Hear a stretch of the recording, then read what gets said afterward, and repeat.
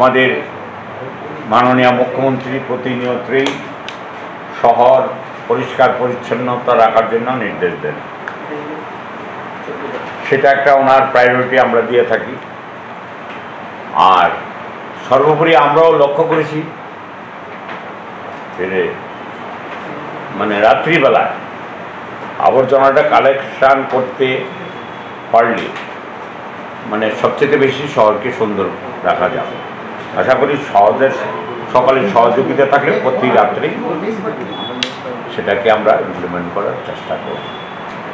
এটা কি গোটা শহরেই নাকি মূলত কমার্শিয়াল এরিয়ায়? না, গোটা শহর এই অভিযানটা চলবে এখন? চলবে। এটার পিছনে আরও কারণ আছে, যে যেখানে তেখানে আবর্জনা ফেলে রাখে সেগুলি মধ্যে এখন তো ব্যাকটেরিয়ার রোগ প্রচুর, এখন এই সমস্ত রোগের প্রাদুর্ভাব গোটা এলাকায়, সেটাকেও মানে চেক দেওয়া যেতে পারে এই প্রচেষ্টার মাধ্যমে।